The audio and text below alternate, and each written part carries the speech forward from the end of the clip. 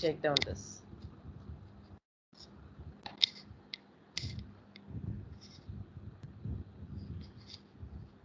So fourth hour Jessima will be taking. Okay. Actually minus fourth hour because she is having continuous 2 hours. She told me to take this class.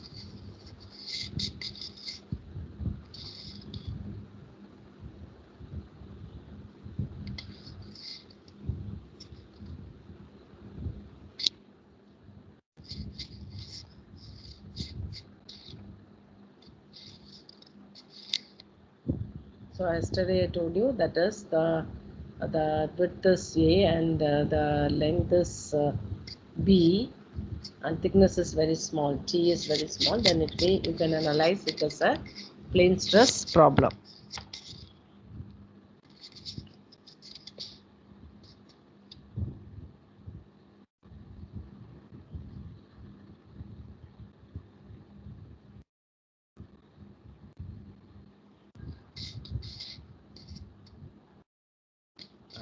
So the basic equations are you will have sigma x, epsilon x, epsilon y, and epsilon z is 0 because the plane it's a plane stress problem. A plane stress problem. So epsilon y z will be equal to 0, and gamma xy you will have only gamma xy.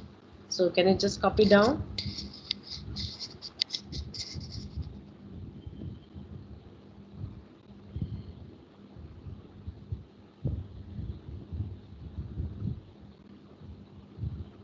So last class we have seen, do you remember that we have seen sigma epsilon x is equal to 1 by e sigma x minus mu into mu into sigma y minus mu into sigma z, and epsilon y is equal to 1 by e.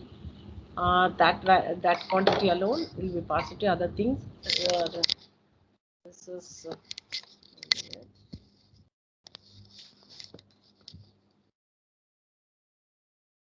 this positive and this is positive, and here it is positive.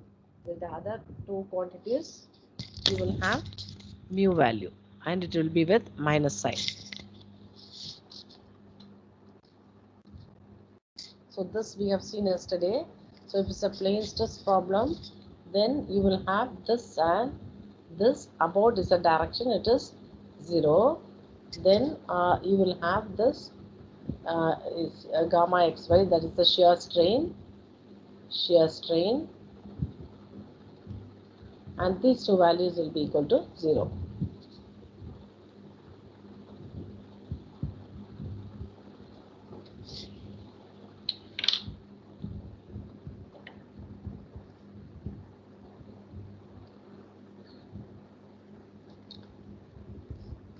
So just substitute, and I want to find out the value of, from this is the two equations, that is this is the first equation, this is the second equation, and from this equation I want to find out the value of sigma x and sigma y.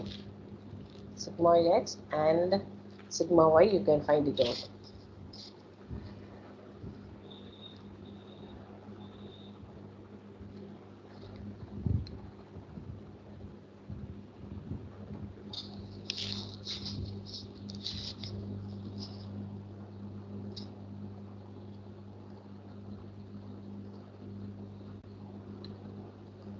So when you find out the value of from this equation, you will get the sigma y.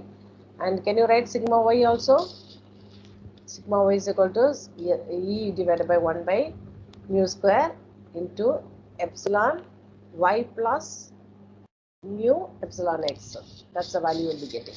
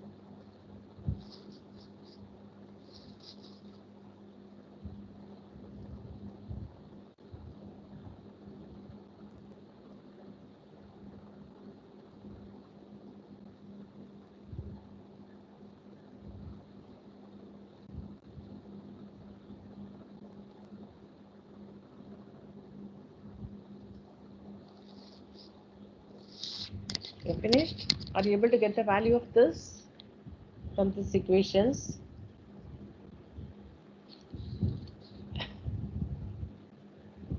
So this is another example for the plane stress problem. Now we will move on to the plane strain problem. Plane strain problem is, suppose if you take a dam, if you take a dam, then the dam is of length. It is of the length of the dam is very large. So the strain along this direction is a constant. Strain along this direction is a constant. So that type of problem we call it as plane strain problem. So if you another example for the plane strain problem is this is a solid propellant rockets. When the length is very long, when compared to the this diameter, then the other cross section dimensions, here it's a diameter. If you take this dam, this when the length of the member is very large when compared to the cross section dimensions, then in that case it will be called as plane strain problem. So another example, so I can represent if the continuum is like this, that is continuum is that is like that. When will you consider this a plane stress and when will you consider this a plane strain? Is very thin element I can consider as a plane stress element, and very thick element I can consider as a plane strain element. Very plane strain element. So can you draw these diagrams? Put the title as plane strain. Plane strain.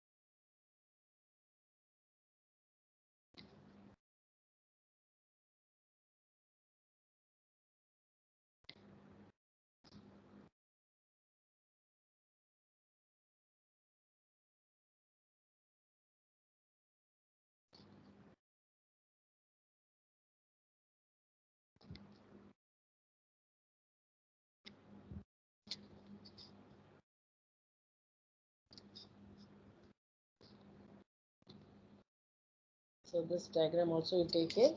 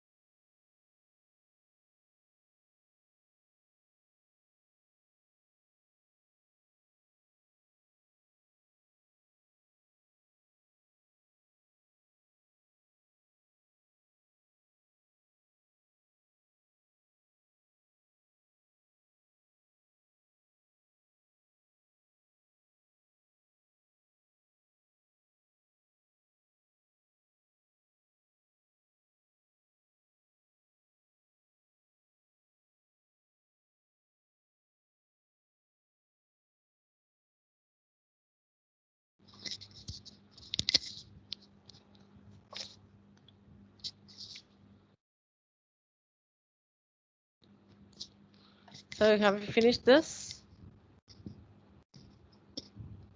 Then this also you take down. So when you will be considered as a plane stress problem, and when you will be considering as a plane strain problem.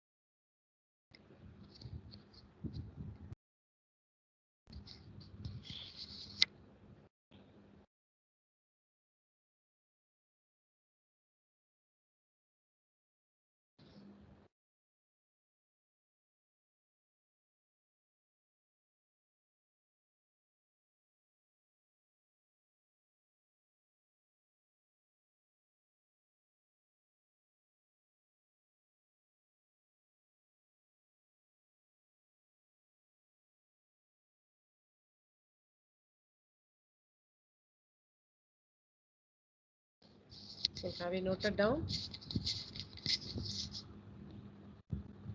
So now we will move on to the derivation of a. Suppose if you want to analyze this type of problem, plane strain problem, then there are different elements. That is, as I told you, the meshing may be a triangle element or a rectangle element, or tetrahedral element or shell element, any type of element you can take. So now we will be going to derive the shape function for a plane constant strain triangular element. Constant strain triangular element. 1 minute. I'll just write off derivation of derivation of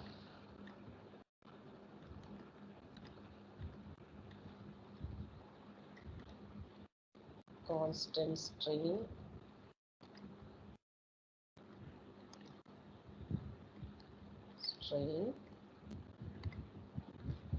triangular element.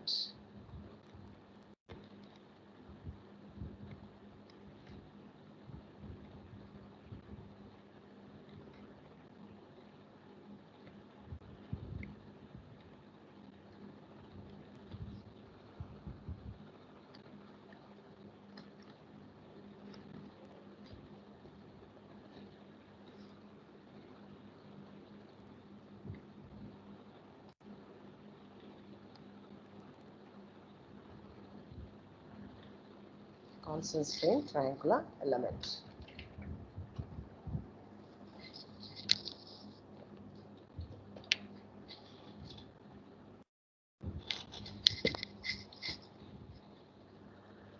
Yes, this is node 1, node 2, node 3. Let us take the coordinates are x1 comma y1, x2 comma y2, and this is x3 comma y3, x3 comma y3.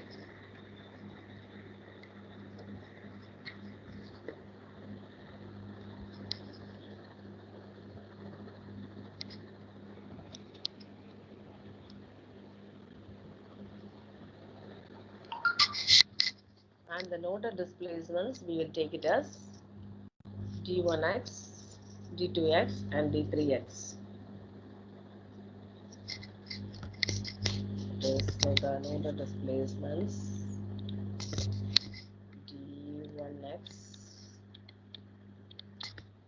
Here it is d2x,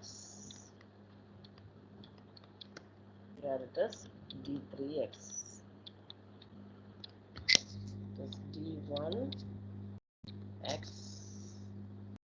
comma d2x, comma d3x are nodal displacements.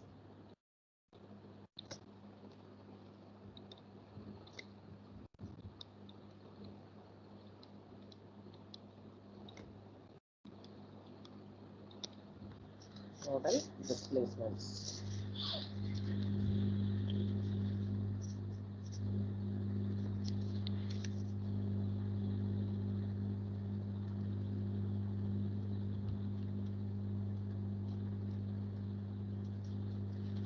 So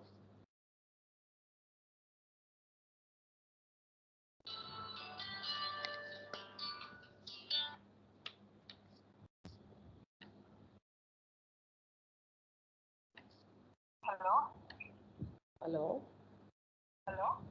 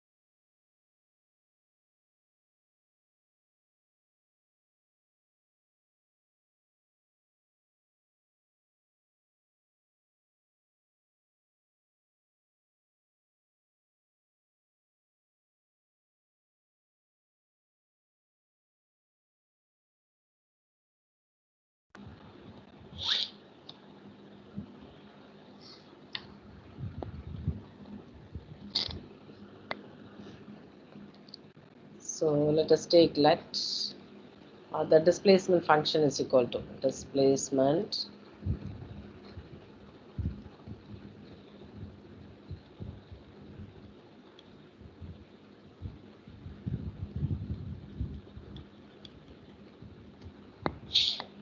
u of x is equal to alpha 1 plus alpha 2x plus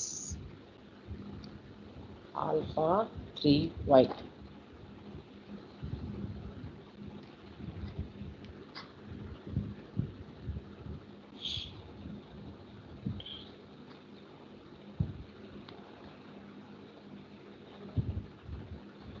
So at node 1,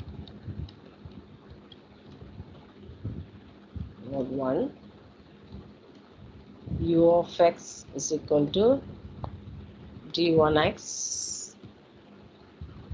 is equal to alpha 1 plus alpha 2 x1 plus alpha 3 y1.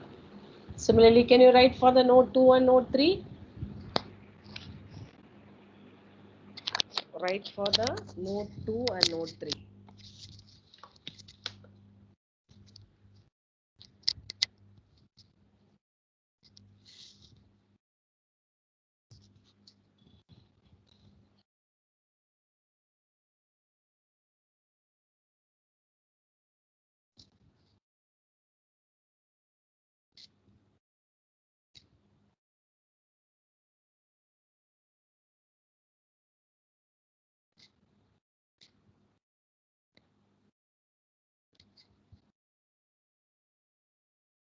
What will you get at node 2?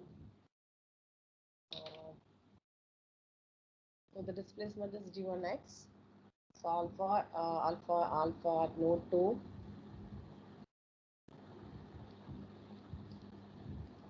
at node 2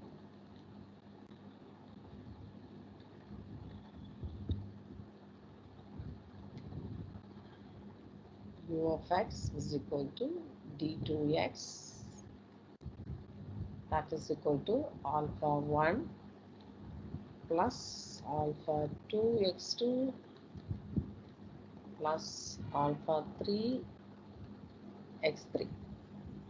Similarly, at node 3,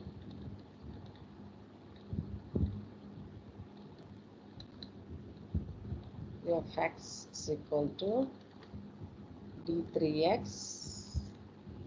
is equal to alpha 1 plus alpha 2 x3 plus alpha 4 x y, sorry, I made a mistake.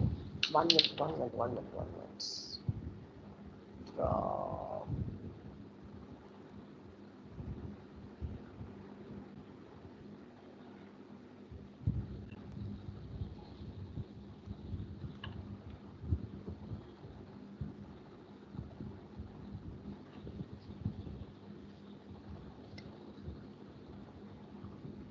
alpha 3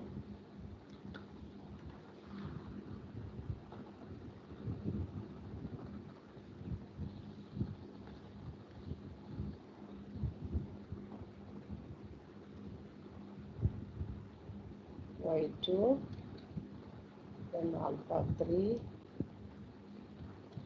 y3. So you have to find out the value of alpha 1 and alpha 2 and alpha 3. So we have to find out the value of,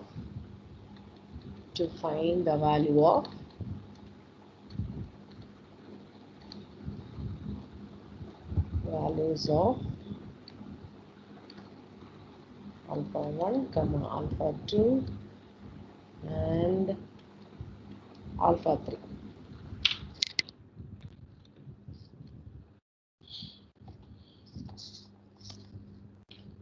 Now what you have to do is you have to take the values of alpha 1 and alpha 2 commonly outside, and you have to find out. That is, if you find out, can I write the equations? The previous one as I can take it as 1. This equation just you put value as 1, and this as 2, this as 3, this as 3.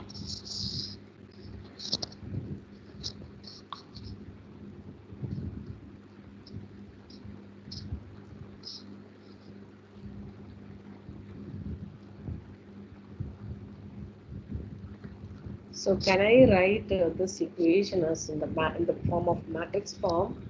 1 x1, then y1, then 1 x2, y2, 1 x3, y3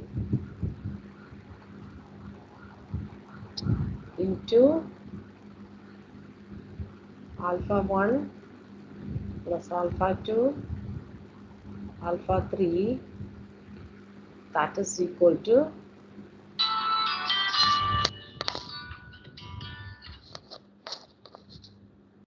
d1x, d2x and d3x.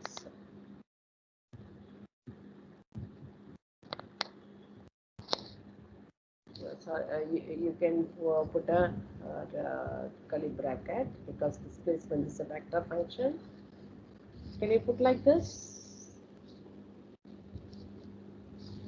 When you multiply, what will I get? 1 into alpha 1 plus x1 into alpha 2 plus y1 into alpha 3 is equal to d1 of x. So first row into first column. So you'll get the first equation. Second equation, 1 into alpha 1 plus x2 into alpha 2 plus y2 into alpha 3. Alpha 3 is equal to d2x. So I will get the second equation.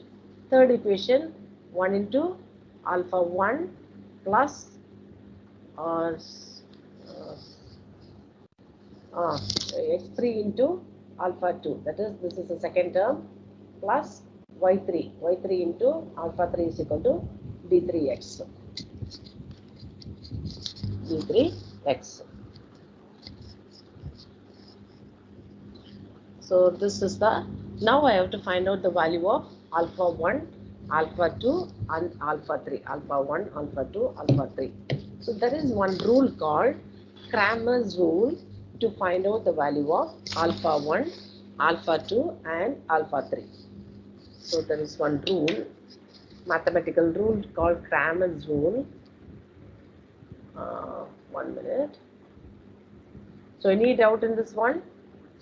So this is a very important derivation, and you have to find out the using the constant strain triangle element. You have to find out the what is the stiffness matrix for a particular beam element.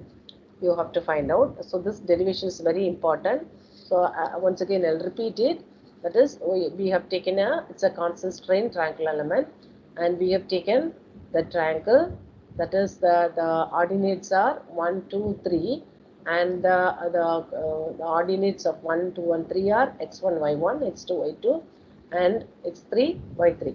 That is, for example, if you want, that is, I have taken a particular, I am going to analyze a particular beam, and I have taken a part of that. I just use the mesh as like this. Let us take triangular mesh, and I have taken one triangular element.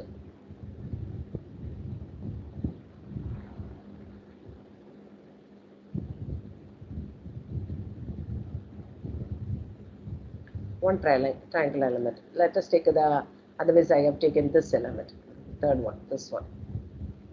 This element I have taken, and I am going to analyze. So this, when I am applying a load, let us take, I am applying load, this particular beam will deflect. This particular beam will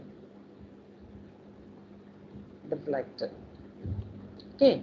So when I am deflecting, the displacements I have taken at this node as d1x, and this is d2x, and this is d3x. That's what I have mentioned here.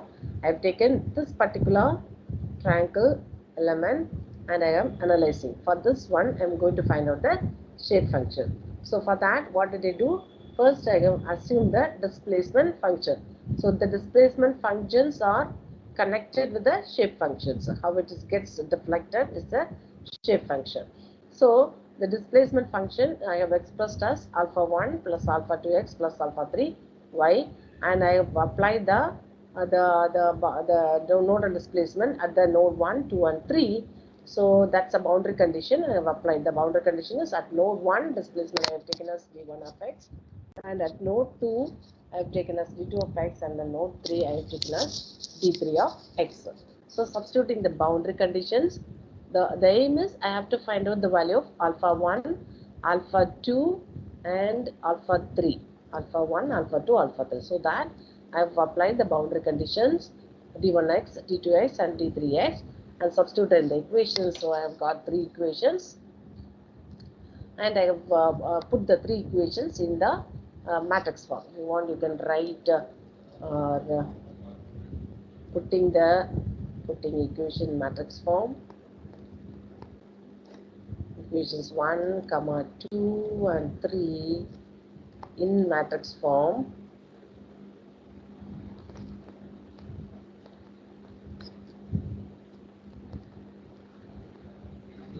In matrix form, 1, 2 and 3 in matrix form, you will get this values. So I have taken this, and now I have to find out the value of, how will I find out? How will I find out the value of, suppose if, let us take, this is 3x is equal to 4. So what is the x value? X is equal to 4 by 3. So I have to find out the inverse of this one, inverse of this one. So I want to find out the value of alpha 1, alpha 2, alpha 3. So I will put, truly speaking, d1x, d2x, d3x so divided by this matrix. So inverse of that you have to take it. So this is the way you have to do it. But for finding out this one, there is a rule called Cramer's rule. 1 minute.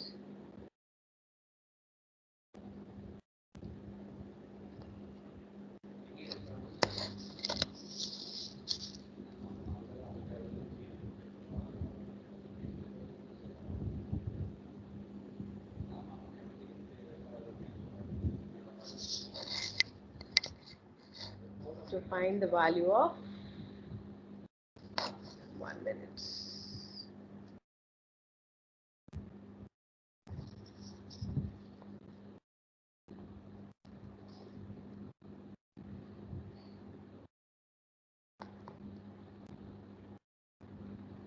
Find the values of alpha 1, comma alpha 2, alpha 3 using Cramer's rule. C-R-A-M-A-R-S. Cramer's rule. Cramer's rule.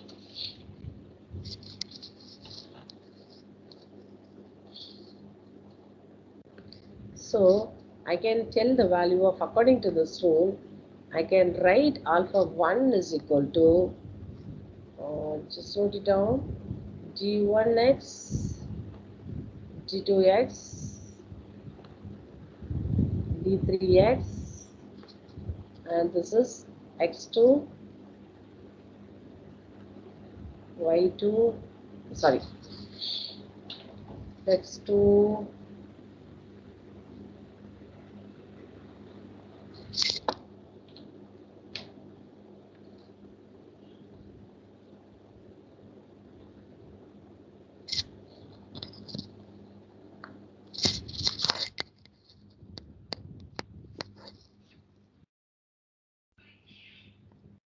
x1,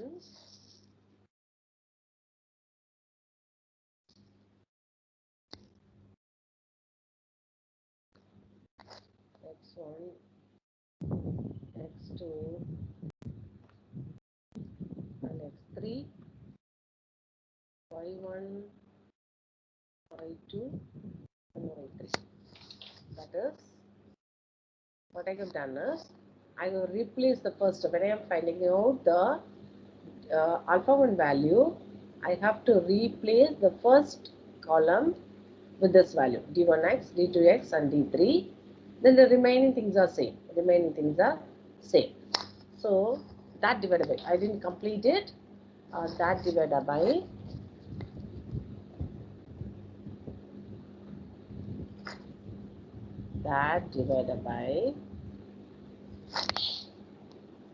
2 delta. That is the original equation. That is 1, 1, 1, x1, x2, and x3, y1, y2, and y2. y1 and y3. So this part we can take it as 2 delta. Hereafter we are going to call this particular thing as 2 delta. So can you write it for alpha 2? Can you write it for, so if you want, I can alpha 2. So alpha 2, what will I do? This value will be replaced with the second value. That is, this value will be replaced with g1x, d2x, d3x. Remaining things are same. Try to write alpha 2 value and alpha 3. So that we will complete today. Alpha 2 and alpha 3. This is called Cramer's rule.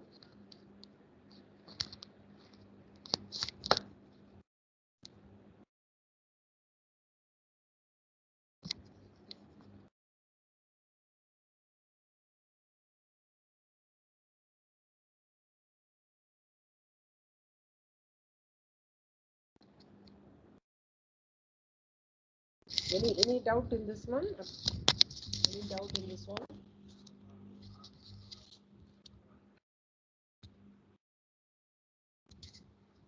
So alpha 2 and alpha 3 value, right? You have to replace, what did it tell you? You have to replace this with alpha 2, this with the second column with d1x, d2x and d3x. Suppose if you want to find out alpha 3, the remaining things are same and you have to replace the third column with d1x, d2x and d3x.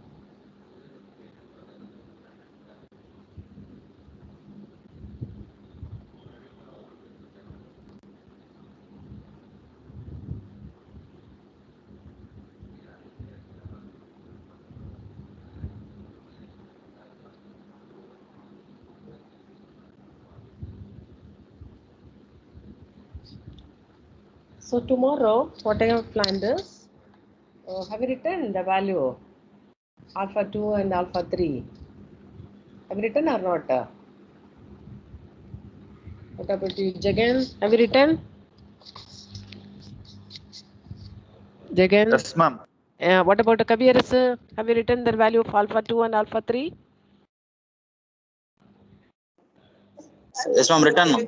Written. What about Sweda and Kritika? Tamari Selvan? Yes, ma'am. Yes, ma'am. Okay. Oh, okay. Yes, You have ma'am. written. Okay, good.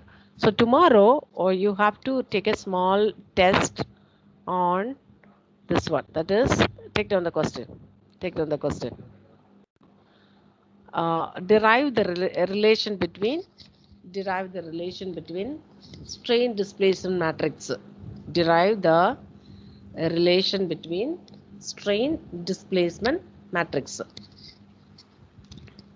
So last class we have learned. This is the thing. If you want to just rush through, that is, you have to find out the value sigma x, sigma y, epsilon y, and epsilon z, normal strain. Then the shear strain you have to find out. Then you have to put it in the form of a matrix. Epsilon x, epsilon y, epsilon z, gamma xy, gamma yz, and gamma zx. That's a strain displacement matrix. So this derivation you have to do it tomorrow. The next one is the relationship relationship between stress and strain. The relationship between stress and strain. The relationship between the stress and strain for isotropic material.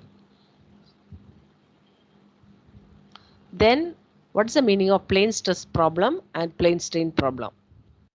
Meaning of plane stress and plane strain problem.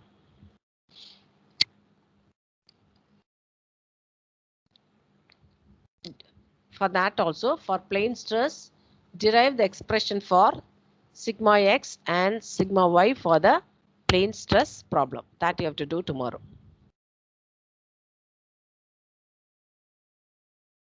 Relationship between, and examples also you have to study. What are the examples for a plane stress problem and a plane strain problem? That you have to study.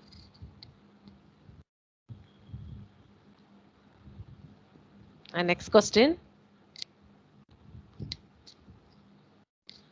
For the constant strain triangle element, how to find out the value of alpha 1, alpha 2, alpha 3 in a displacement function? How to find out the value of, because we didn't complete the shape function, because the question is the derivation of the shape function. Sorry, there is one small error in this one, derivation of shape function for a constant shape function. Derivation of shape function for the constant strain triangle element. So we haven't completed up to that. We have completed up to alpha 1, alpha 2 and alpha 3. So you have to find out the value of the constants alpha 1, alpha 2 and alpha 3 of the displacement function in a constant strain triangle element. So I think I have exceeded time a little bit. I think we'll stop with that and we'll meet tomorrow. Okay. So tomorrow you have to take a small test.